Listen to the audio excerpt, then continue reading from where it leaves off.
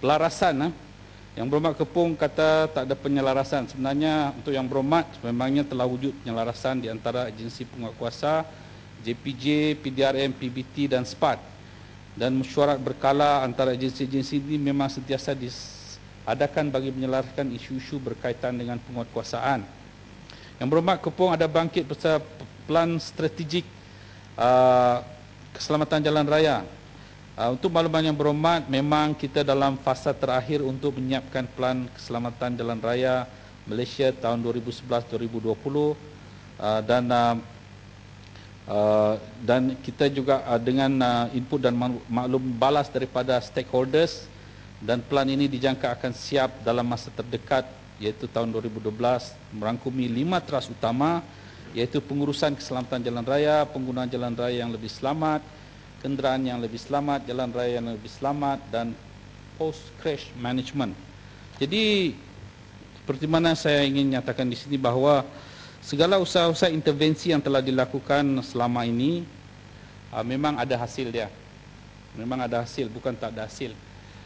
Sebab itu kita kena buat pelbagai multiple intervention untuk membolehkan kita dapat hasil yang lebih tinggi, supaya lebih ramai orang yang kita akan kedudukan kita dalam ranking dunia akan lebih baik. Sekarang kita 46 daripada 172 negara. 46 out of 172 countries. Tetapi sebenarnya ia berkait rapat dengan negara kita yang mempunyai banyak kenderaan yang begitu pesat. Dan kalau kita banding dengan negara jiran kita sendiri pun, misalnya Thailand yang mempunyai kenderaan berdaftar lebih kurang 25 juta, tidak begitu jauh daripada Malaysia, tetapi kemalangan dia tidak kurang daripada 12,000 kematian. Malaysia 6,877. So we are actually bukanlah kata baik, tapi boleh ditambah baik lagi, dan kita harus berusaha ke arah itu. Dan kita tengok semenjak setiap 10,000 kenderaan berdaftar, kita telah nampak penurunan daripada 5.17 kepada yang terkini bagi 2011 ialah 3.21. Jadi ada peningkatan. Intervensi-intervensi yang kita lakukan telah pun mendapat telah pun membuahkan hasil. Berkaitan dengan Yang Berhormat ada mengatakan tentang penyelewengan di Puspakom. Kolaborasi bersama pihak SPRM telah diadakan dengan pengujudan memorandum persefahaman bagi mengekang dan mengatasi masalah penyelewengan, penguatkuasaan dalaman Puspakom yang transparan dan tiada toleransi dalam tindakan pihak pengurusan. Terdapat pegawai serta staf Puspakom yang telah didapati bersalah dalam kes rasuah, iaitu kes-kes integriti, dan ini terbukti dengan langkah-langkah serta inisiatif pencegahan di Puspakom, iaitu dengan mewujudkan whistleblower, yang kedua program kesedaran, ketiga pemantauan ke atas staf, keempat penambahbaikan sistem dan mesin, dan kelima staff certification of competency, dan yang keenam equipment calibration atau independent bersama dengan SIRIM. Dan kita juga pihak Puspakom juga ada meletakkan KPI compliance dan penguatkuasaan bersama jabatan-jabatan yang lain. Jadi Yang Berhormat Kepung juga ada menyatakan tentang masalah yang sama. Untuk makluman Yang Berhormat, telah berlaku penamatan perkhidmatan atas sebab melanggar SOP atau disyaki terlibat dalam rasuah.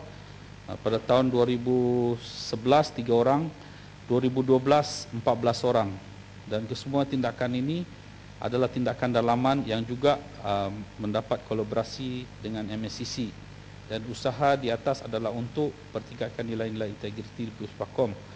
Oleh itu, kalau Yang Berhormat ada berhadapan dengan apa-apa isu ini, bolehlah melaporkan kepada pihak-pihak tertentu. Yang Berhormat Kepung ada bangkit tentang basikal elektrik juga, tentang kajian kebaikan dan keburukan. Untuk Yang Berhormat, penggunaan basikal elektrik menyokong inisiatif juga inisiatif hijau untuk mengurangkan karbon dioksida dalam persekitaran, dan aktiviti berbasikal ini dapat mengurangkan kesesakan di jalan raya.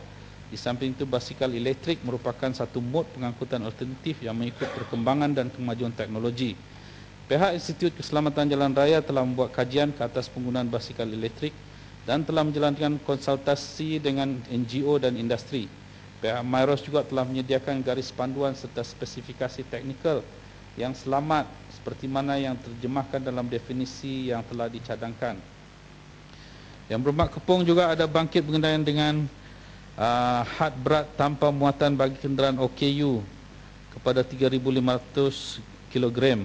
Untuk makluman yang berhormat, kenderaan yang dipandu oleh OKU hendaklah diubah sesuai mengikut tahap dan kategori kecacatan ketidakupayaan seorang OKU tersebut, dan pengubahsuaian kenderaan ini adalah spesifik kepada bahagian steering, pedal minyak dan brek satu tombol gear.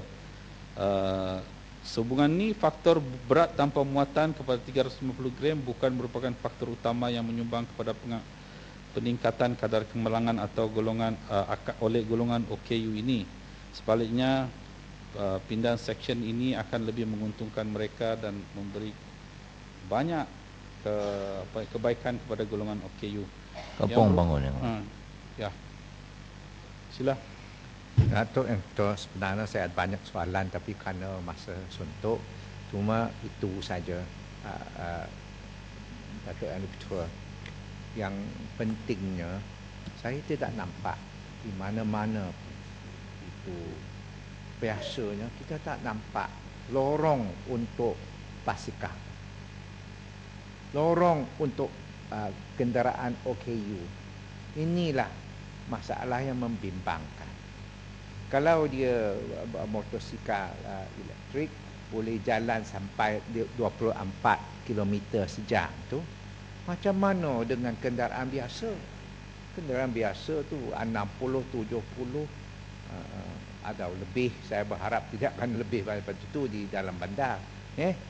Macam mana itu akan itu wujudkan keadaan kesesakan dan sebagainya, dan termasuklah tambahan bilangan itu kemalangan. Tak ada langsung lorong untuk basikal, lorong untuk kenderaan OKU.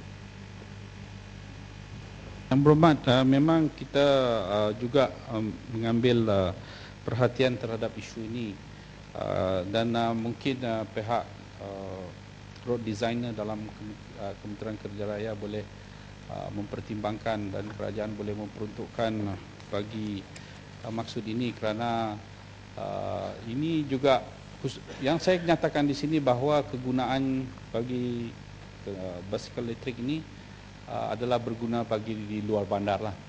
Di dalam bandar ini bukan saya kata tak boleh guna, boleh guna, tapi ada tempat-tempat tertentu yang mungkin tidak sesuai.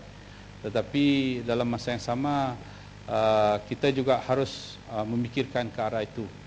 Dan saya bersetuju bahawa bukan sahaja lorong basikal yang harus diwujudkan, tetapi juga lorong motosikal yang patut diwujudkan. Memang ada sudah, saya tidak tahu berapa kilometer yang sudah wujud di negara kita lorong motosikal. Sudah ada memang, tetapi tidak mencukupi, dan ini memerlukan komitmen dan peruntukan. Yang berhormat, Kepong juga ada bangkit berkaitan dengan ini spesifik lah, kes bas sekolah WBF 1286. Ya, yang berhormat Kepong, Bukit Maluri. Kenderaan ini hadir bagi pemeriksaan berkala. Pemeriksaan dijalankan berdasarkan SOP yang telah ditetapkan, dan kenderaan ini telah gagal pemeriksaan brek berdasarkan standard pemeriksaan yang telah ditetapkan oleh JPJ. Pada pemeriksaan ulangan, pemeriksaan bagi kali ketiga, penjelasan yang telah lebih detail termasuk penjelasan pada peralatan sistem pemeriksaan diberikan kepada pelanggan dan MP Kepong lah. MP Kepong ada sana lah.